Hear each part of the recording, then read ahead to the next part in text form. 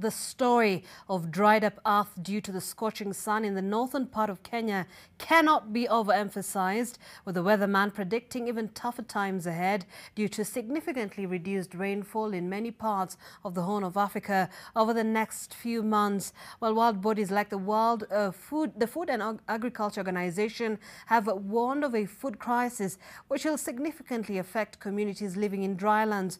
But as Leila Mohammed reports, efforts in other parts of the dry north to practice irrigation is creating economic opportunities while also keeping hunger at bay. It is a journey that makes the difference between life and death, yet there's never a guarantee that their journey will be successful. The prolonged dry spell in Wajir has left communities suffering water and pasture shortages, making these treks their daily chore. They desperately need to find water and pasture if they are to survive this drought. The scorching sun isn't helping the situation and slows down the pace of man and his animals as they traverse what now seems like a desert in search of a lifeline. The road they take is littered with carcasses, a familiar sight in this part of the country, a painful reminder of what the future holds for them should they fail to find food and water. But they hold on to hope that the skies will once again open up with a blessing of rain and spare them a tragic end. The path has become a scavenger's paradise, with animals dropping dead frequently. Food here is in plenty. For this old man, the desperation to save his flock of sheep has pushed him to the edge. Left with no other choice, cardboard is what the animals eat now. For the last 2 years, Wajir and the rest of northern Kenya has suffered failed rains, leaving the locals at the mercy of well-wishers as water sources and pasture dry up. Now that UN warns of a worsening food situation in the entire Horn of Africa, threatening the lives of 13 million people across the region and also putting peace and security at risk. In Isiolo's Kiwanja area, dried maize stalks sway with the wind. Residents tell us that the crop was recently harvested in one part of this shamba, as in the other, the remaining crop is yet to be harvested. The community here has ventured into farming to supplement pastoralism. Hakika sisi Waturkana tumekuwa tukiishi maisha ngumu ambayo ni maisha ya kufuga wanyama, na hao wanyama ikifika mahali wanaisha, wanakuliwa na kiangazi, ng'ombe zinakufa, mbuzi zinakufa. Lakini sisi tumeona ya kwamba hatuwezi ishi kwa mifugo peke yake. Sisi pia tungependa kuwa kama communities zingine ambazo zinalima, zinafanya biashara tofauti tofauti. So sisi kama jamii ya Waturkana Ngaramara Ward tumeamua kulima.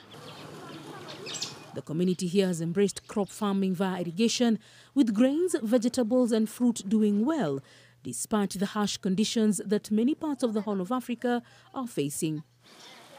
In other parts of the country, affected farmers, the failed season means no food, no income for food and no seed to plant in the next season. Those depending on farm labor to survive are also left empty-handed. Mara is one of the areas where water has been a problem. People used to trek some distances in charge of domestic water, and also livestock, most of them also used to trek distances to get water. A joint effort between the county government of Isiolo and the World Vision, water harvesting has become a key part of life here, with piped water reaching farms in this part of the country to enable communities become self-sufficient. With the development of the boreholes, which through the assistance, the partnership of World Vision and the county government, people now are getting potable or clean water for their use, which has also enhanced their health, also eradication of diseases. Kwa ukulima, wewe utapata chakula chote mahali pale. Na pia tulifundishwa na county jinsi vile tunaweza panda, tuseme mimea, tunaweza panda mahindi, tunaweza panda ndizi, tunaweza panda maharagwe ili tukaweze ukulima, kwa sababu sisi kama wafugaji tulikuwa tunajua tu kutembea na mifugo zetu kutoka hapa, tunahama tukimaliza Nyazi, tunahama sehemu zingine. The supply for resources is really low and the demand is still very high. So as a result, there's been internal conflicts resulting into cattle rustlings, where we find that communities are fighting for the little available resources like water, like pasture, amongst themselves. The effect of climate change on the globe has pushed communities to the wall, and whilst others have folded under the pressure, many have chosen to stay alive using newer systems of economic empowerment. Wazee wetu wengine wamekubali kuwa ukulima uko sawa, lakini wengine bado wamekataa. Wanasema sisi tangu jadi hii mifugo ndio ukulima wetu. Lakini sisi wamama ambayo tuko na watoto na tunataka watoto wetu wapate lishe bora, sisi tumekubali kulima. Vijana wetu pia wamekubali kulima. The journey has not been easy, but with the goodwill of the community, with the goodwill of the partners, the organization so far has achieved good success for the communities of Turkana and the children. The Food and Agriculture Organization, in its latest report, shows that the ongoing drought in the Horn of Africa is widespread, triggering a regional humanitarian crisis with food insecurity skyrocketing, particularly among livestock-owning communities, and devastating livelihoods. The number of people facing severe food insecurity has more than doubled in the last 6 months in Kenya to 2.7 million people. Leila Mohammed, NTV.